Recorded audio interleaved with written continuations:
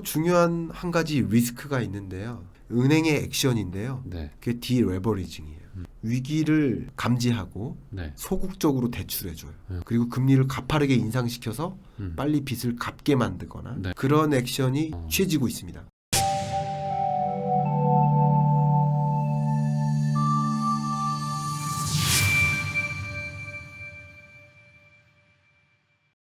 지금 교수님 얘기를 들어보니까 한국의 경제가 별로 안 좋을 거라고 판단될 수밖에 없으니까 네. 예를 들어 뭐 제가 미국 투자자면 예. 한국에 있는 돈 그냥 빼겠어요. 이렇게 미국으로 가지고 가고 네. 굳이 한국의 어떤 기대감이 좀 낮아질 것 같은데.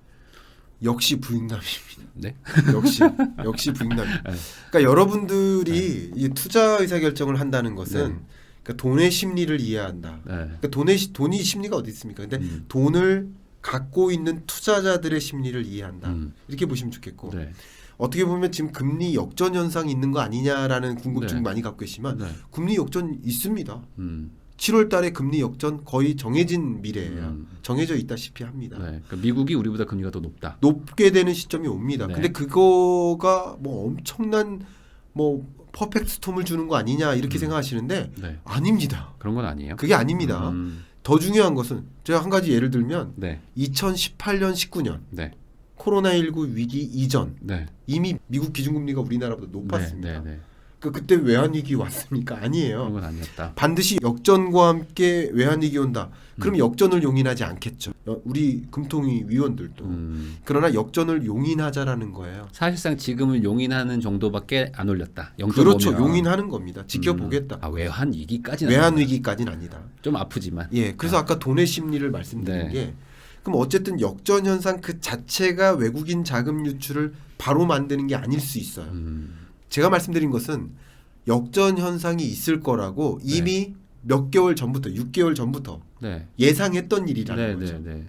역전 현상이 있지 않는다 하더라도 네. 미국의 금리 인상 행보가 더 빠를 것이라고 예상했던 거예요. 네. 그럼 예상한 투자자들이 돈을 이미부터 뺀 거죠. 미리 뺐다. 그러니까 계속 21년 중반부터 한국으로부터 주식을 다 빼고 있는데 네. 그걸 다 받아준 게 누구예요? 개인들. 개인 투자자인 거예요. 아. 그러니까 여러분은 반대로 네. 제가 죄송합니다만 네. 어떤 사람들이 네. 담아라 하는데 네. 그 말을 여러분 스스로 판단하실 수 있어야 돼요. 아. 정말 판단하실 수 있어야 되는데 그게 담아라 하는 게 맞는 걸까? 이게 저점일까? 그럼 10만 전자가 네. 5만 전자로 떨어지는 과정에서 담아라라고 하셨던 분들이 네. 계시죠. 그러면 이 기간 동안 한번 생각해 보세요. 네. 삼성전자 주식 차트에서 네. 삼성전자 가격이 왜 떨어졌는지 말해줍니까? 말 안 해줘요. 네. 그러니까 주가 결과만 보여줘요. 네. 근데 이 경로상에서 네. 안타깝게 네. 삼성전자 가격이 떨어지는 이 동안 네. 계속 역대 실적만 발표했어요. 네. 역대 최고 매출, 실적은 좋았잖아요. 영업이, 네. 미래 가치도 계속 청사진을 제시했어요. 네. TSMC를 압도하는 뭐 3나노 반도체 뭐 이런 얘기까지 네, 나왔어요. 네. 근데 왜 떨어졌을까? 네. 삼성전자가 잘못한 게 아니라는 거죠. 네. 앞에 말씀드렸던 것처럼 그 부동산 매매 가격이 문재인 정권 기간 동안 올랐다는 것은 네. 정책 때문만이 아니라는 거죠. 정책도 잘못했습니다. 제가 정책 신랄하게 비판한 적이 여러 번 있는데 네. 정치적으로 제가 문재인 정권을 옹호하는 게 아닙니다. 정책 탓을 돌리면 네. 거시경제를 못 봐. 이게 왜 올랐는지 왜 떨어졌는지 못해요. 네. 그러면 윤석열 정부가 네. 부동산 정책을 잘해서 지금 잡은 겁니까? 뭐 그런 것도 아니죠. 정책 네. 탓을 다 하시면 안 돼요. 네. 정책도 영향이 있지만 정책의 영향이 전부가 아니라는 거. 그 말씀을 제가 강조하는 거고요. 이 주가도 이렇게 떨어지는 과정이 한번 생각해 보세요. 왜 10만 전자 바라봤는지. 그때 거시경제권을 보셔야죠. 네. 빅컷으로 금리 인하했잖아요. 네. 빅스텝이 아니라 네. 빅컷으로 인하하고 제로 금리로 만들고 유동성 잔치하고 네. 헬리콥터 머니, 네. 자산 버블. 그때 뭐 실적 안 좋아도 그냥 막 올라가고. 그리고 삼성전자만 잘했느냐? 네. 다른 주식도 다 오른 거예요. 다 올랐죠. 그리고 지금 5만 전자로 떨어지는 동안 무슨 일이 있었습니까? 빅스텝, 자연 스텝. 우리나라도 역사상 처음 빅스텝. 네. 그러니까 이 자산 가치의 하락은 결국 삼성전자 탓이 아니라 네. 매크로에 달려 있었던 거예요. 특히 금리에 있었던 거예요. 그 향방을 보시면 좋겠습니다. 그런 것을 보신다면 여러분 투자에서 결정할 때, 그러니까 주식 종목을 보시기 이전에 주식 시장이라는 것을 다른 시장과 비교하면서 보실 필요가 있다는 거죠. 아, 그러면은 저 여기서 궁금한 게 네. 외국인들은 나가고 그 나가면서 주는 물량을 우리 한국 개인들이 받았다는 거나 마찬가지잖아요. 마찬가지가 그 사실입니다. 네. 외국인 자금의 순유출이 일어나기 네. 때문에. 그러면 반대로 생각하면은 지금도 순유출이 있다고 하면 네. 결국에 아까 말한 대로 삼성전자가 잘해도 네. 안 올라갈 수 있다는 거잖아요. 그렇죠. 결국에 판돈 자체가 작아진 거니까. 그렇죠. 근데 돌아올 일이 별로 없는 거잖아요. 아까 말씀하신 걸로 보면은. 이 말씀 드려보겠습니다. 네. 정말 좋은 질문 주셨고요. 여러분 이 돈의 이동을 생각해 보시면 많은 네. 답이 나오는데 네. 이 돈의 이동은 심리예요. 그렇기 때문에 우리는 경제 전망을 하는 거예요. 네. 먼저 보는 거예요. 네. 근데 이 돈의 이동이라는 관점에서 제가 의견을 드린다면 가장 역사적으로 저는 충격적이었던 게 20년 4월이었던 것 같아요. 네. 국제 유가가 마이너스 37달러를 찍었었죠. 네. 그때 드럼통으로 막 아무도 안 가져가서 뭐 이거 어떻게 처리하냐고 막 그런 기사가 그죠. 본 것 같은데. 그러면 그때 네. 이 마이너스 37달러는 네. 이 숫자는 네. 선물 시장에서 결정된 거죠. 네. 네. 결국 원유에 투자했던 자금이 네. 급격히 그 나가는 과정에서 그 가격이 형성됐을 거예요. 네. 근데 실제 원유 수요가 줄어들 것이다. 팬데믹 위기 오니까 뭐 공장도 그렇죠. 줄고 뭐 차도 안 타고 여행도 안 여행, 가고. 그러니까 네. 원유 수요 줄 것 같아라는 그 심리를 판단해서 네. 투자자들이 선물 시장에서 원유에 투자했던 선물 시장에 투자한 투자자들이 돈을 회수하면서 네. 마이너스 30달러를 경험한 거죠. 네. 기록한 거죠. 네. 이 심리라는 거죠. 또 한번 생각해 보세요. 러시아 우크라이나 전쟁이 터졌죠. 네. 국제 유가가 폭등했습니다. 네. 역시 선물 시장에서. 네. 그럼 이때 이미 미국에서 네. 경제 제재를 가한 적이 없어요, 아직. 그리고 EU 같은 경우도 경제 제재를 의회에서 승인한 게 한참 만이에요. 그러니까 이런 것들도 실물 경제에서 아 이런 일이 있겠다. 원유 수요 혹은 뭐 천연가스 수요 이런 것이 줄어들 수 있겠다라는 네. 것을 판단하고 돈을 먼저 뺀 거죠, 선물 시장에서. 마찬가지라는 거, 주식 시장도. 네. 그런 관점에서 외국인 투자자나 기관 투자자들은 이미부터 현금성 자산으로 돈을 옮겨놨는데 옮기고 있는 행보인 건데 그걸 개인 투자자들이 계속 받아왔던 거죠. 근데 다시 돌아올 일이 없느냐? 네. 있죠. 언제 돌아오는 겁니까? 그럼 반대 상황이어야 되는 건가요? 반대의 상황인 거죠. 반대의 상황은 바로 이제 환율을 그렇게 주목해야 될 텐데요. 환율뿐만 아니라 지금 어쨌든 금리 떨어지고 환율 떨어질 때는 이게 완화의 시대라고 생각하시면 좋아요. 네. 그리고 금리 올라가고 환율 올라가는 건 긴축의 시대인 거예요.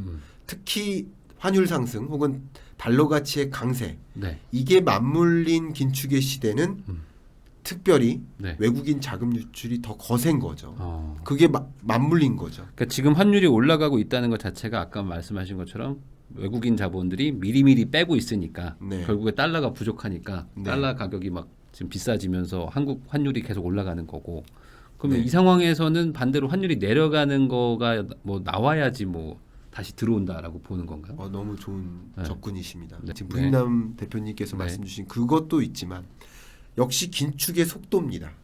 미국만큼 긴축 속도를 단행하기가 어려워요. 우리나라는 그렇죠. 우리도 빅스텝 했지만 우린 경기가 안 좋으니까. 네. 그렇죠. 네. 경기도 안 좋고 또 물가 상승 압력도 레벨이 다릅니다. 아 하긴 우리가 좀 덜 올랐죠. 덜 올랐죠. 상대적으로. 우리나라 6%잖아요. 네. 미국은 지금 아마 조금 이따 발표되겠지만 시장의 기대는 8.8%잖아요. 그것도 엄청 높은 거잖아요. 이것도 비교하면 네. 절대적으로도 높지만 네. 더 중요한 게 뭔지 아세요? 상대적인 물가 상승률. 상대적으로. 이게 무슨 말이냐면 그 나라마다 적정 물가라는 게 있는데 적정 물가 상승률 그 자체가 네. 선진국일수록 낮아요. 그러니까 미국에서 8.8, 8.6은 우리나라 치면 한 12, 3%막 이런. 예. 예를 들면 중국의 정적 물가가 한 3.5. 뭐 예를 들어서 베트남 뭐 4, 뭐 이렇습니다. 네네. 원래 신흥국들이 고성장, 고물가, 고금리 아닙니까? 네네네. 그러니까 미국처럼 저성장, 저물가, 저금리인 나라 이런 대국에서 8.6% 또 다른 의미라는 거죠. 네. 예, 이해가시죠? 네네. 그러니까 이런 인플레이션 현상을 잡기 위한 엄청난 행보가 네. 있고 경기는 나름 22년까지 괜찮으니까 그런 행보를 보이고 긴축 행보가 다르죠. 근데 네. 금리가 제가 뭐라고 했습니까? 금리가 돈의 가치라고 돈의 했죠. 가치. 돈의 가치가 강해지는 거예요. 또 한 가지 우리가 유념해야 될 게 네. 양적 긴축까지 더해지잖아요. 회수하는 테이퍼링은 끝났고 네. 이제 마이너스로 네. 뿌린다는 뜻이죠. 마이너스로 뿌린다. 돈을 더 걷어들인다. 가져온다. 수축시킨다. 네. 그럼 이 얘기는요. 마치 우리나라는 통화 정책을 네. 오른팔로만 하는 거예요. 네. 금리 인상. 네. 근데 미국은 금리 인상이라는 오른팔도 있고 왼팔 뭡니까? 양적 긴축도 있는 거예요. 야, 그러니까 이것은 사실상 굉장히 강한 긴축입니다. 우리나라보다 훨씬 더 세게 더 셉니다. 그러니까 같은 금리 인상 폭만 보시는 게 아니라 같이 0.5%포인트만 올렸다 하더라도 양적 긴축을 더하면 그렇죠. 이미 1이나 0.75에 가까운 거니까 그렇게 생각해 보시면 네. 긴축 속도가 미국만큼 강한 나라가 없는 거예요. 그러니까 달러 강세가 나오는 거죠. 그러니까 제가 투자자면 하여간 미국 쪽으로 이제 돈을 늘려고 하겠네요. 계속. 그렇죠. 이미부터 그런 현상이 있어. 그게 두 번째 돈의 이동입니다. 신흥국에서 빼서 미국으로의 이동. 이게 두 번째 돈의 이동이고요. 네. 이미부터 전개되고 있고 달러 환율과 그러니까 미국 금리와 한국 금리가 역전되는 현상이 이게 시그널이 아니라 네. 그걸 전망하고 움직이고 있는 이미 거죠. 움직였고. 예, 그게 중요한 시발점은 아니라는 거죠. 그러면은 달러를 지금 가지고 있는 분들도 좀 있거든요. 네. 그리고 저도 조금 있는데 네. 그러면은 달러가 지금 이 정도면 한계치가 아니냐 이렇게 네. 말하는 분들도 있더라고요. 네. 이미 선반영됐다. 네. 근데 어떻게 보세요? 교수님은 여기서 좀 더 아직 미국은 더 강하게 좀 돈을 당긴다라고 봐야 될까요? 지금 많은 국가들이 네. 여러분은 안 느껴지실지도 모르겠지만 네. 엄청난 아우성이 들립니다. 저는. 우리나라보다 더 좀 약간 경제 규모가 작은 엄청납니다. 신흥국들 같은데 정말 엄청납니다. 막 더 죽을 맛이에요 지금. 뭐 스리랑카까지는 아니겠지만 네. 그런 모습들이 정말 정말 절규의 소리를 저는 많이 듣고 있거든요. 저는 네. 리포트로 많이 듣고 있습니다. 그게 제가 하는 일이니까. 네네. 엄청나고요. 신흥국 외환 위기 직전의 상황에 있고요. 네네. 그러다 보니까 물론 물가 잡겠다고 긴축 행보하는 게 네. 다른 나라들은 너무나 부담이 돼요. 그걸 감안하지 않을 수가 없어요. 네네. 그런데 중요한 게 바이든 입장에서 생각해보죠. 네. 지금은 오로지 파월 입장에서만 생각한 거예요. 네네. 근데 바이든의 머릿속 나를 바이든으로 바꿔보자. 네. 그럼 내가 바이든이라고 한다면 강달러를 원할까요? 약달러를 원할까요? 바이든 입장에서는 경기 침체가 되면은 네. 자기한테 불리한 거 아니에요? 경기 침체가 불리하죠. 네. 그러나 제가 아까 말씀드렸던 것처럼 20년, 21년은 경기 부양이 숙제였습니다. 그죠? 네. 근데 22년의 숙제는 네. 경기가 아니라 물가가 숙제예요. 당장 지금 기름값 올라간다 이거죠? 그렇죠. 그거부터 막아야 된다. 제가 드리는 의견은 뭐냐면 강달러도 좋고 약달러도 좋아요. 그리고 둘 다 나쁠 수도 있어요. 네. 그거는 시점에 따라 달라요. 네. 기본적으로 20년, 21년은 생각해보세요. 그전 트럼프도 마찬가지. 네. 계속 리쇼링 정책 단행했잖아요. 네네. 야, 너 미국에 공장 져. 네. 그럼 공장 지은다는 얘기는 다시 말하면 미국이 수출하는 국가가 돼야 되잖아요. 수출이 유리해야 되잖아요. 네. 그러니까 미중 패권 전쟁이 있었던 거예요.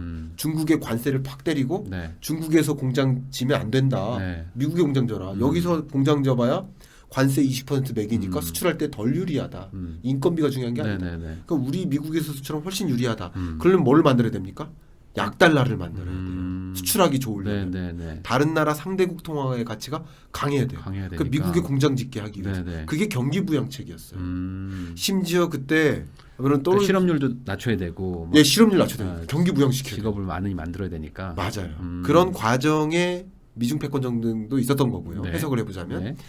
또 그때 여러분 기억하실지 모르겠지만 환율 조작국. 네. 우리 막 지정한다. 네, 너 환율 조작국 후보국이다.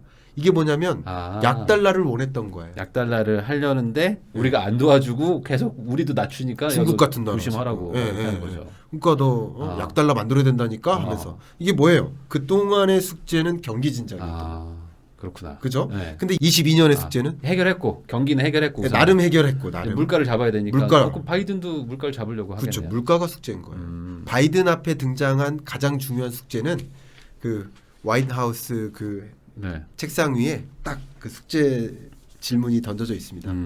인플레이션. 그럼 그러니까 같은 마음이네요. 바이든도 인플레이션 파이팅이에요. 그래서 뭐 한미 통화 수합 뭐 이런 건데 이거 제가 예단하기는 어렵지만 통화 수합을 과연 해줄까? 그러니까 한미 통화 수합을 해야 우리한테 좋은 거죠. 환율이 그렇죠. 좀 안정되니까. 지금으로서는. 또 우리나라도 마찬가지. 되게 재밌게도 네. 강달러가 지금은 부담이지만 네. 강달러가 더 좋은 거였어 원래는. 왜? 옛날에 우리나라는 수출로 먹고 사는 수출하니까. 나라. 수출하기 더 좋아야 되고 그러면 채산성이 높아지고.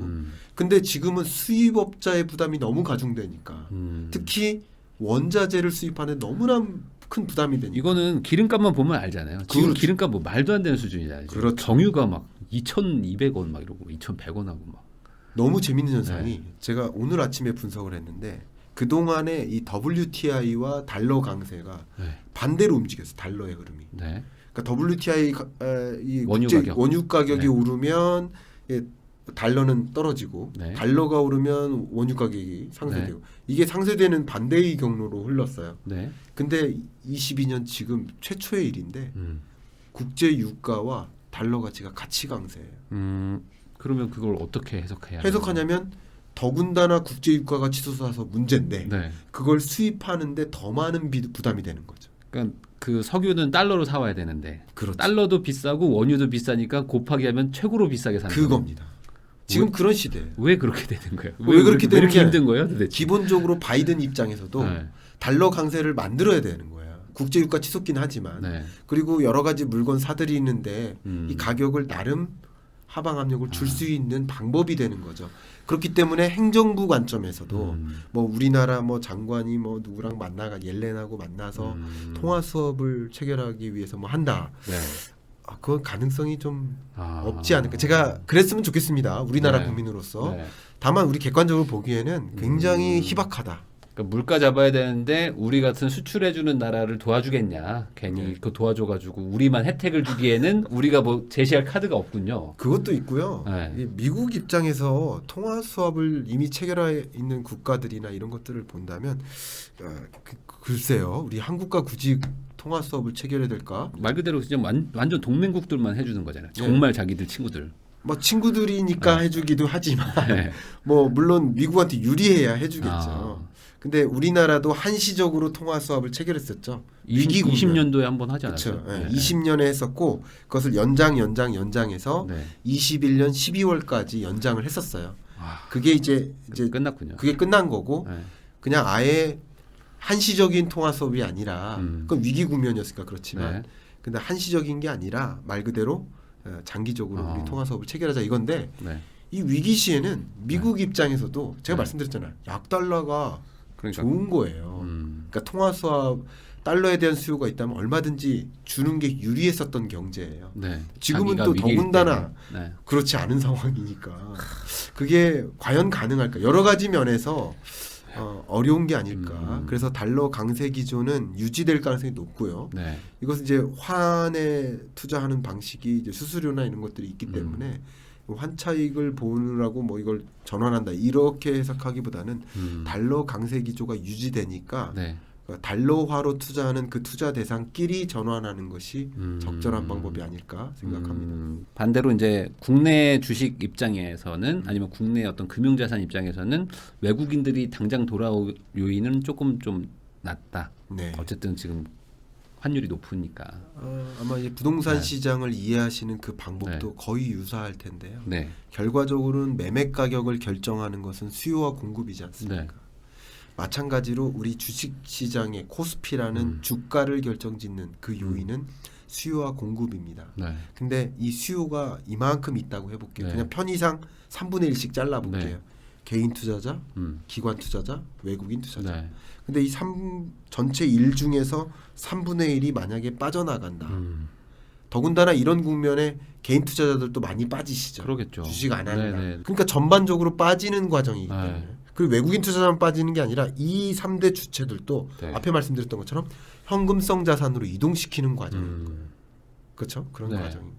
그러니까 전반적으로 주식시장에 투입되는 돈의 양이 줄어드는 거라고 생각해 보면 좋겠죠. 네. 그게 반영된 게 우리 한국 전체 코스피 시가총액 아니겠습니까? 그게 그러겠죠. 줄어드는 거라고 볼 수 네. 있죠. 그만큼 돈이 안 몰린다 이렇게 해석하면 좋겠어요. 그럼 우리 채널은 좀 부동산 위주로 투자하시는 분들이 많은데 네. 부동산 쪽도 그러면은 외국인들이 빠져나간다는 거는 뭐 동일할 텐데 네, 부동산 쪽은 외국인이 좀 적거든요. 그렇습니다. 그러면은 여기는 어떤 식으로 움직이게 되는 거예요? 너무 좋은 질문이셨고요. 일단 주식시장하고 가상자산 시장 먼저 빠진 거예요. 외국인들이 나가니까. 그렇죠. 네. 그러니까 그리고 이제 주식이나 가상자산은 네. 이 시장의 성격상 네. 현금화가 유리하죠. 쉽죠. 쉽기도 쉽죠. 쉽고. 바로도 쉽고. 되는 거죠. 그냥 바로 되죠. 바로 되죠. 그러니까 현금화 액션 여러 가지 액션 뭐 예를 들어 네, 여러 가지 네. 정보나 네, 부정적인 네. 정보, 불확실성 뭐 이런 것들을 네. 듣다 보면 현금화가 가능해요. 네. 그러니까 현금화가 먼저 된 거고요. 그리고 자금이 빨리 회수된 거죠. 회수도 쉽죠. 그렇죠. 여러 가지 돈의 이동이 쉬워요. 네. 근데 그 무엇보다도 특히 전쟁 이후에 네. 불확실성이 커지네, 긴축 행보 이어지네. 그럼 자산 시장에 몰렸던 돈이 회수되겠네. 네. 어디로 이동하겠습니까? 현금성 자산으로. 가장 먼저 빠진 게 가상자산 시장이죠. 가장 먼저 빠졌죠. 여러분 네. 기억하시죠? 네. 뭐 지금 뭐 작년부터 막 0.098 뭐 이런 식으로 떨어졌죠. 그게 가상자산 시장에 대한 공격인 거고요. 어떻게 보면 네. 돈이 빠져나가는 공격인 거죠. 네. 네. 그리고 그다음이 주식시장인 겁니다. 근데 재밌게도 주식시장은 기본적으로 실물 경제에 약 6개월 정도 선행합니다. 네. 선행 지표. 왜? 심리 지표니까. 아까 선물 시장을 가지고도 말씀드렸죠. 네. 그러니까 먼저 빠져나간 거예요. 뭘 예상하고? 금리 인상 행보가 있고 금리 역전도 있고 네. 뭐 이런 것들을 예상한 거예요. 투자자들이. 네. 먼저 빠졌지만 부동산 같은 경우는 네. 경기 동행적입니다. 선행하기도 경기 하는데 동행. 혹은 후행하는 경우도 많거든요. 네. 경기 침체 국면을 만났을 때 네. 뭐 이렇게 매도가 일어나거나 네. 그러니까 경기 선행하는 측면도 있고 동행하는 측면도 후행하는 측면도 있지만 네. 그런 것을 이제 총합적으로 보면 동행한다고 보는 게 맞을 그냥 거예요. 얼추 그냥 비슷하게 간다. 네. 네. 특히 이 부동산 시장만큼은 네. 시중금리와 직결됩니다. 왜냐하면 부동산을 매수하는 그 매수 비용이 네. 금리와 연동되잖아요. 네. 네. 여러분들은 어떠실지 모르지만 저도 2018년 7월에 정말 막대한 빚에 의존해서 네. 뭐를 하나 집 샀고 사셨어요? 뭐 네. 그랬었는데 네. 그때 우리가 감안할 때 금리 떨어질 일만 남았네라고 제가 판단했기 때문에 그랬어요. 네. 네. 2018년 7월자로 샀고 네. 그 빚은 20년 중반에 다 갚자라는 뭐 제 소득이나 이런 네, 걸 네, 가지고 판단을 했기 때문에 그런 계산하에 변동금리로 대출을 받았었거든요. 그런 것처럼 기본적으로 이 그때의 금리와 금리가 떨어질 일만 남았다. 그리고 자산 가치는 올라가겠네. 이런 것들을 판단하니까 투자를 할 텐데 네. 지금 당장 판다고 하더라도 네. 내놓는다고 해도 당장 안 나가잖아요. 네. 그리고 뭐 계약을 하고 중도금 그래서 있고 뭐 세금도 있고 뭐 예, 이런 거 이런 것들이 현금화가 쉽지 않죠. 그렇죠. 네. 그래서 선행하기가 어려운 성격이 있습니다. 먼저 빠져나가기가 쉽지 않다. 예, 이게 뭐 경제학적으로 하면 탄력적이지 않은 거죠. 비탄력적. 예, 비탄력적인 거죠. 그러니까 부동산 시장은 그렇게 움직이고요. 네. 그리고 역시 금리와 반대로 움직이기 때문에 시중금리와 네. 그러면 시중금리의 고점이 형성되는 그 구간이 23년 중반 정도라고 지금은 상정할 수 있는데 23년 중반 정도로 그냥 예측된다. 현 지금은 상황으로 그렇게, 간다면. 그렇죠. 네. 그렇게 된다면 시중금리의 정의가 기준금리 더하기 알파 아닙니까? 네. 그러면 알파가 0이라고 가정하더라도 네. 네. 기준금리가 올라가면 시중금리는 계속 뭐 올라갈 수밖에 올라가겠죠. 없겠죠. 네. 네. 더 중요한 한 가지 리스크가 있는데요. 그 은행의 행태인데 네. 행태라고 봐야 되나? 은행의 액션인데요. 네. 그게 디레버리징이에요. 이게 뭐냐면 위기를 감지하고 네. 소극적으로 대출해줘요. 그리고 상환할 만한 여력이 충분한 네. 그런 경제 주체에게만 부채를 주거나 네. 그리고 금리를 가파르게 인상시켜서 빨리 빚을 갚게 만들거나 네. 네. 자기의 위험을 해치시키는 거예요. 네. 그런 액션이 취해지고 있습니다. 뭐 네. DSR 막 하고 막 하는 그렇죠. 것들. 예, 예. 그러니까 이게 금융기관에서 규제로 하는 방법도 있지만 네. 은행들이 자기 자체적으로 하는 자체적으로. 예, 그 네. 규제 안에서 네. 네. 가동할 수 있는 것을 다 풀가동하는 네. 거죠. 그래서 이런 것들이 일련의 실물 경제 움직임을 자극할 텐데 그 움직임은 23년 중반에 있는 거죠. 그래서 부동산 매매 가격을 잡는 역할이 그런 것이고 지금 전국 평균 아파트 매매 가격 상승률 이 지표를 가지고 말씀을 드리면 지금 마이너스 0.01% 이 정도 되지 않습니까? 네. 네, 이런 흐름은 어떻게 보면 안타깝게도 네. 시작이다. 23년 중반까지는 네. 그리고 경기 침체가 맞물려서 어떻게 이게 장기화될지 모르겠지만 그때쯤 제가 다시 말씀드릴 기회가 있다면 말씀드리겠습니다만 지금으로서는 23년 중반까지 이게 본격화될 소지가 있고 또 경기 침체라는 이런 실물 경제 위기를 맞이하면 네. 또 다른 방향으로 움직일 수밖에 없는 것이죠. 그러면은 경기 침체 오기 전에 우선 물가 잡아야 되니까 금리 계속 올라갈 거고 네. 그때까지 이제 금리가 올라가니까 계속 부담은 되니까 못 사는 거고. 그렇죠. 그리고 있는 사람들도 좀 팔려고 할 텐데 뭐 거래가 될지 안 될지는 그때 가서 봐야 되겠지만. 네. 그러면 어쨌든 이게 뭐 상승 여력이라는 게 많이 없을 수 많이 거고, 없습니다. 오히려 하락 요소들이 더 많은 상황이고. 맞습니다. 그런데 그렇게 돼서 만약에 23년 6월이 됐어요. 네. 그때라고 가정을 해보고. 네. 그럼 이제 경기 침체가 오면은 예. 그럼 다시 금리를 또 내리는 거예요. 그때 금리를 되면. 당장 내리진 않습니다. 그러면 그때는 또 물가를 보고 또 그때 상황 봐서 그렇죠. 또 어느 순간 좀 금리가 유지되겠네요. 예. 아, 그것은 역사적으로도 그렇습니다. 기준금리의 스탠스가 기억하실지 모르겠지만 제 근래 역사에서는 네. 어쨌든 2008년에 글로벌 금융위기가 있었고 네. 그때 금리를 제로 금리로 떨어뜨렸죠. 그리고 미국 기준으로 그 이후 2015년 12월에서야 네. 금리를 한번 인상했어요. 네. 그때 동안 계속 유지된 네. 거예요.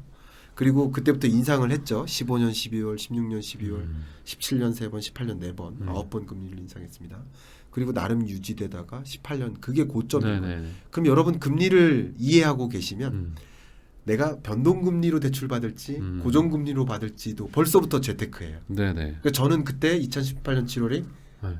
이게 고점이라고 판단했기 때문에 변동으로 받았던 거죠. 네. 시작하는 금리도 싸고 네. 그리고 앞으로 이자 내려갈 상환 수 부담이 있으니까. 떨어지니까 네. 그런 것들도 재테크에 꼭 반영하셔야 됩니다. 그렇게 생각을 합니다. 그러면 지금 23년 6월부터 뭐 경기 침체가 오더라도 실제 금리는 좀 네. 더 유지가 되는 거니까 네. 지금 부동산 뭐 사는 분이든 뭐 네. 파는 분이든 금리가 좀 고금리로 계속 좀 유지될 거라고 봐야 되겠네요. 네. 어느 순간 최소한 1년 이상, 2년 이상 제가 가야 되는 거죠. 이런 말씀은 어디서도 드려본 적이 없는데 네. 잠깐 한번 말씀드리면 역시 내가 연준 위원이라고 생각해보자. 네. 특히 책임자, 네. 파월이다. 네.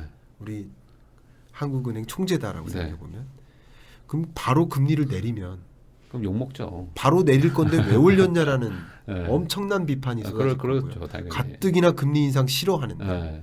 엄청난 너 왜 그럴 거면 왜 그랬어? 빨리 나와 탄핵이죠.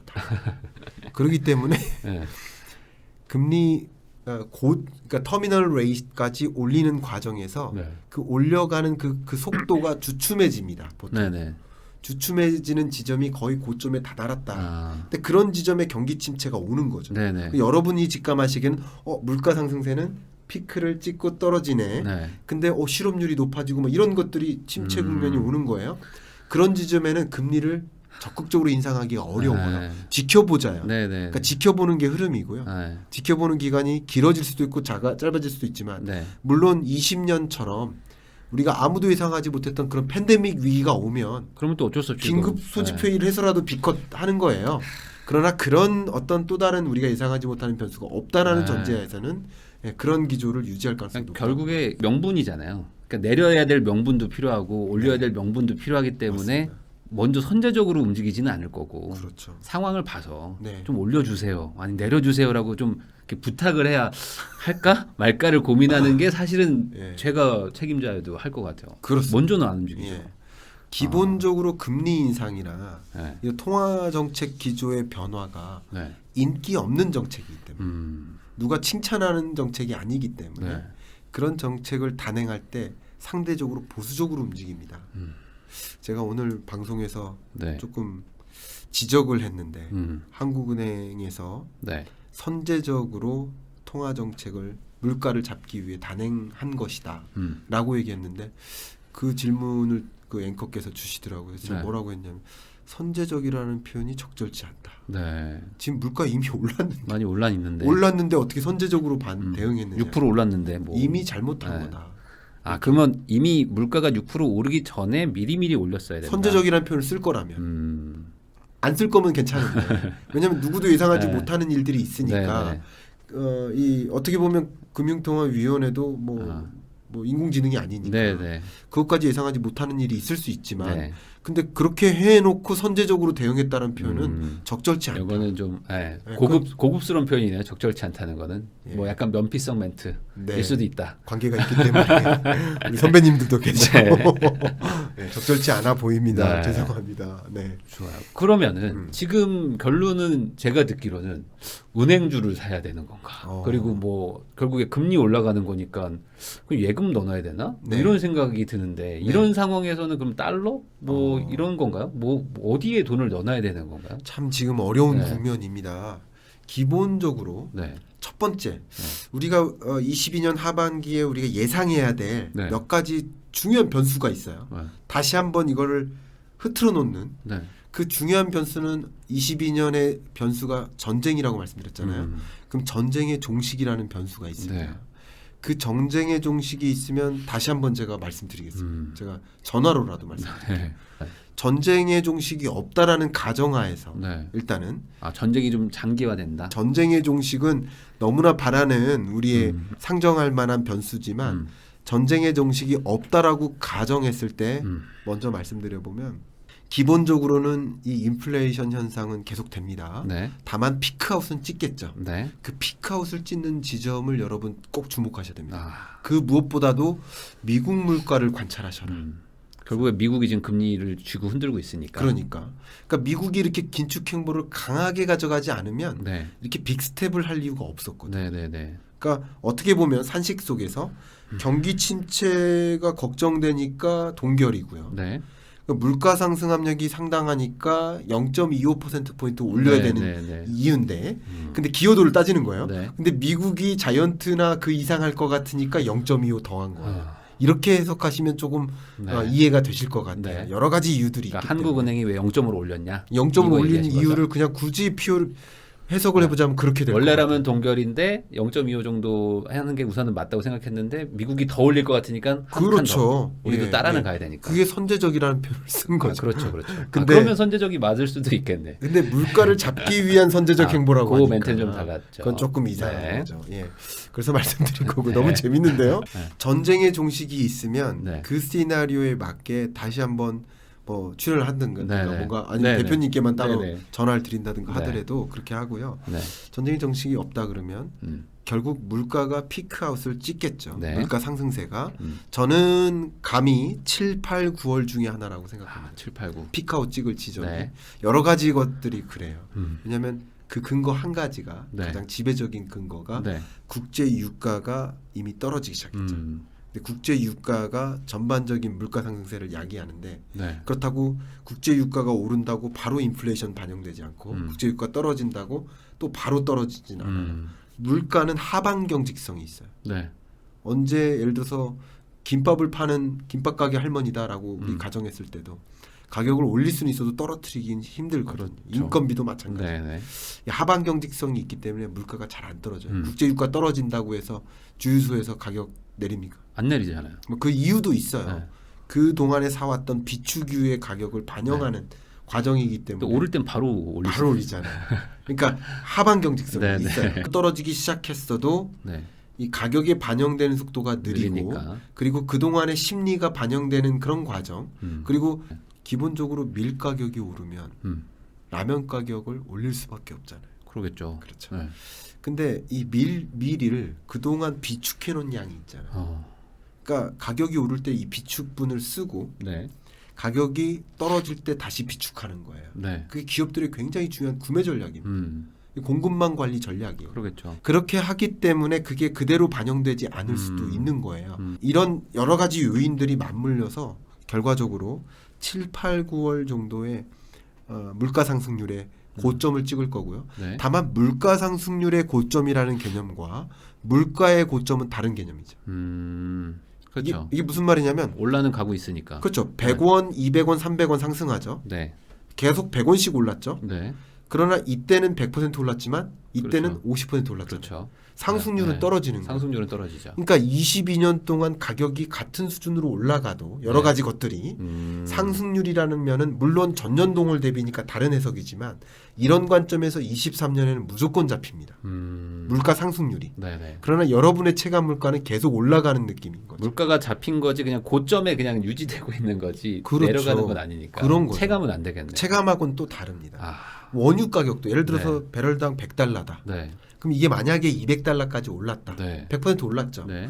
그러면 만약에 이 상승률 8%라는 이런 상승률을 23년에도 유지해야만 한다면 네. 100달러에서 200달러 올랐기 때문에 400달러로 올라야만 그 상승률을 유지하는 개념이 되잖아요. 네. 그러니까 그런 상승률을 원래 피크아웃을 찍을 수밖에 없는 것이 산수적으로 이래요. 그러겠네요. 네, 왜냐하면 물가 상승률을 계산하는 방식이 네. 전년 동월 대비 우리의 소비 품목 460여 가지 소비 품목의 가격 등락률을 계산하는 건데 네. 전년 동월 대비이기 때문에 네, 네. 산수적으로 그럴 그럴 수밖에 수밖에 없네요. 없다는 거예요. 네, 네. 그렇기 때문에 피크아웃은 분명히 찍습니다. 네. 그러니까 기준금리 빼고는 대부분의 시장에 의해서 정해지는 지표들은 네. 피크를 찍고 떨어지기 마련입니다. 네, 네, 네. 그런데 그게 언제냐가 중요한 거예요. 어. 근데 그 피크를 찍고 떨어지는 것이 여러분 이 경기를 판단하거나 혹은 자산 시장에 대한 어떤 하방 압력 혹은 상방 이런 것들을 예측할 수 있는 굉장히 중요한 시그널이라는 네, 네. 제가 다시 한번 강조하지만 물가, 금리, 자산 시장 네. 이 경로를 이해하셔야 됩니다. 네. 그렇기 때문에 우리는 자산 시장을 보고 싶겠지만 네. 그러나 우리는 물가를 봐야 되는 이유가 여기에 있는 겁니다. 결국 물가 너무 재밌는 게 오늘 새벽에 CPI가 네. 예를 들어서 8.8을 상회할 것 같다. 물가 지수가 그럴 것 같다라는 그 안 좋은 기대감, 안 좋은 그런 전망만으로도 미국 뉴욕 주가가 크게 떨어졌었거든요. 네, 네. 또 재밌는 것은 지난 CPI 발표를 가지고 말씀드리면 8.5% 찍고 8.3 그리고 8.6으로 올랐어요. 네. 이때 8.3으로 찍었을 때는 네. 다시 주가에 반영됐습니다. 왜냐하면 물가 피크아웃 찍었네. 네, 네, 네. 그래서 이거보단 떨어질 거야라고 기대를 했는데 기대했는데 떨어지지 않고 더 오른 거죠. 한 번 더 올라가. 그러니까 와 이것은 다른 말로 네. 물가가 긴축 행보를 더 보이겠네. 그러니까 자산 시장이 조정되겠네. 네. 결국 시장에 형성되어 있는 기대값 8.2%를 훨씬 웃돌면서 그날 주가가 폭락했습니다. 네. 그러니까 이런 단기적인 현상도 네. 물가와 긴밀하게 연동되기 때문에 결국 물가, 금리, 자산 시장에 연동되는 이 경로를 보시고 네. 다만 아까 말씀하셨던 주식이나 부동산이 시점 차이가 있기 때문에 네. 이것을 좀 구분해 가면서 이 경로를 이해하시면 도움이 되지 않을까 생각합니다.